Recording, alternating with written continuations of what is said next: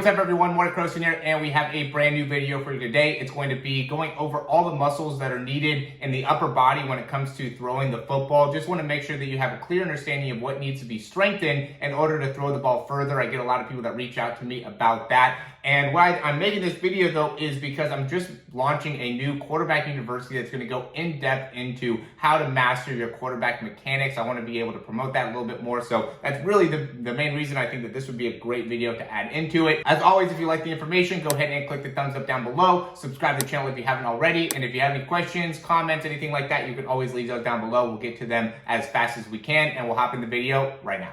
All right, so first thing that ends up happening when it comes to loading, and again, it's all going to be primarily upper body here. So the first thing that happens is we're going to put a stretch on the pecs, right? We're going to be able to allow the pecs to be able to open up, and in pec minor, pec major, we're in more of a flex position in the elbow, which means there's going to be slightly more bicep activation there. And then we're also in more of an extended position within the wrist, right? So if we're in a flex position with the wrist, the ball would end up actually falling downwards, right? Because the weight of the ball, but because we're able to actually hold the ball, even though it's in a neutral position, it's still technically wrist extension, and we're still activating the muscles on the top of the wrist there as we're getting going. And then we're also activating the muscles in the medial delt, the delt altogether, but really putting more of a focus on the medial delt. As the elbow gets higher up, there is a bit of a stretch that's happening within the lats, a bit of a stretch that's happening in the serratus, right? All these muscles underneath here. And yeah, we're gonna go in depth into this because I always get people that reach out to me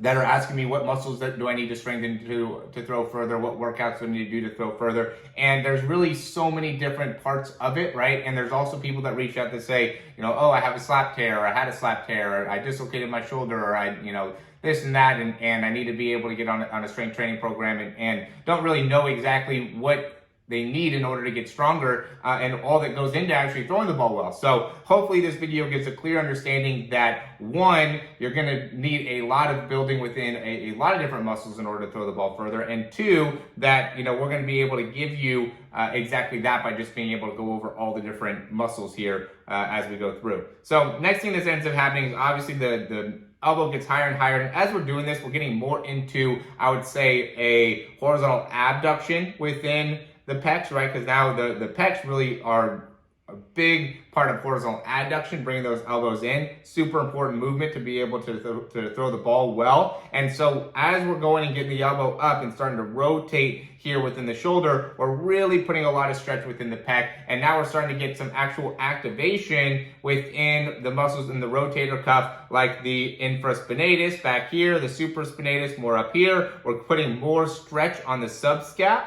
right? The muscle underneath here, we're putting still stretch on the lat because everything's going into external rotation. The lat and the subscap do more of the internal rotation, while infraspinatus and supraspinatus do more external rotation within the shoulder. We're also retracting, so we have more of the rhomboids going as well to make sure that we're able to maintain a good shoulder position. And now, once we're in this good externally rotated position, now the wrist is starting to be able to even rotate additionally, which again puts even more stretch on the elbow, which is what you want. You want to be, and shoulder, is you want to be able to have plenty of room for external rotation within the shoulder, and these muscles are all concentrically activated, right? So they're all tightened, they're all shortened. So you need to be strong in shortening these muscles. Within the pec, you got to be able to lengthen and you got to be able to shorten. Within the lats, you got to be able to lengthen and you got to be able to shorten. There's a lot of muscles that are at play here that need to be utilized. And now, what ends up happening is there's almost more of a isometric activation, which means that the muscles are active, but they're not necessarily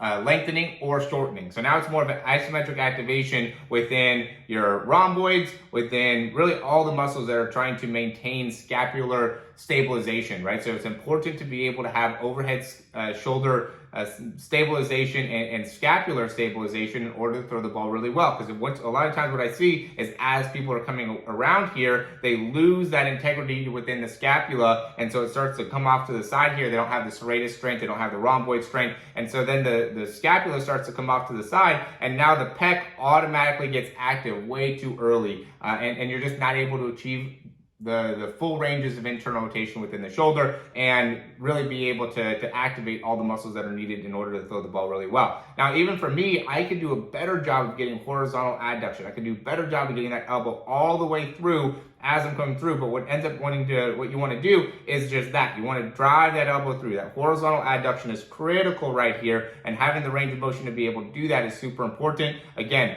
neutral wrist positioning, so you need to have good, strong grip as you're coming through, and then you want to be able to extend all the way in the arm. So you have to be able to activate through, again, those lats, through those triceps, and have the range of motion to be able to come all the way through with the rhomboids and the muscles within, the lower and middle rhomboids. Both of them need to be able to come all the way through, and even have some stabilization within the traps. The traps have to be strong as well. You can't be weak within the traps if you're looking to throw the ball well. Now, some common mistakes that I see is people just not having the right amount of external rotation within the shoulder, like I already said. So not able to get the ball down, very far, or just be able to create very much of a stretch. Ended up with the ball really far back behind the head is a common thing that where people have a lot of external rotation issues, or if you're not able to, again, get very much stretch in that arm as well. I'm trying to get the ball out of my hands kind of quickly here, so I'm not creating as much of a stretch.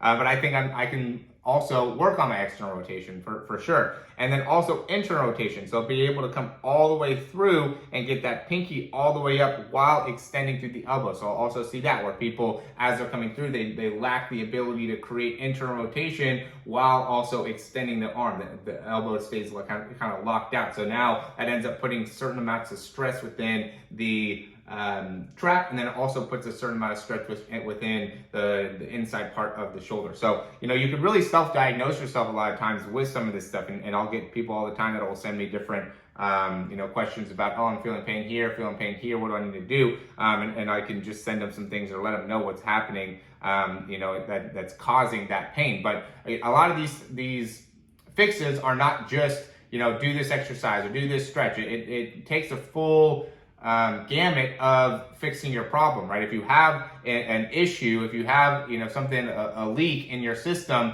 it's not something where you could just go in and plug in the leak and act like that's going to make it so everything is good. I know right now people try to do that. It's always about trying to get the next quick fix, but the reason that you have a leak is because of the issues that are happening within your body. Could be some strength that's happening within the shoulder. It could be a lack of range of motion. It could be the inability to utilize your lower body correctly. It could be the improper sequencing through your throw. But there ends up being a lot more than just the leak. So if you're having pain, if you're having problems, if you've had an injury in the past, you got to fix your mechanics. You got to make sure that you're getting all the stabilization that you need within the shoulder. And don't try to get something quickly. You're not going to be able to fix this problem unless you really focus on it and diagnose it and make sure that you commit 100% to fixing it. And you should be able to do that, especially within our program. That's why I want to be able to give you guys this this video to be able to really connect with you that, hey, look, I understand where you're at. Let's be able to fix it. And hopefully understanding the muscles will really help you out. And then also check out that Quarterback University. It goes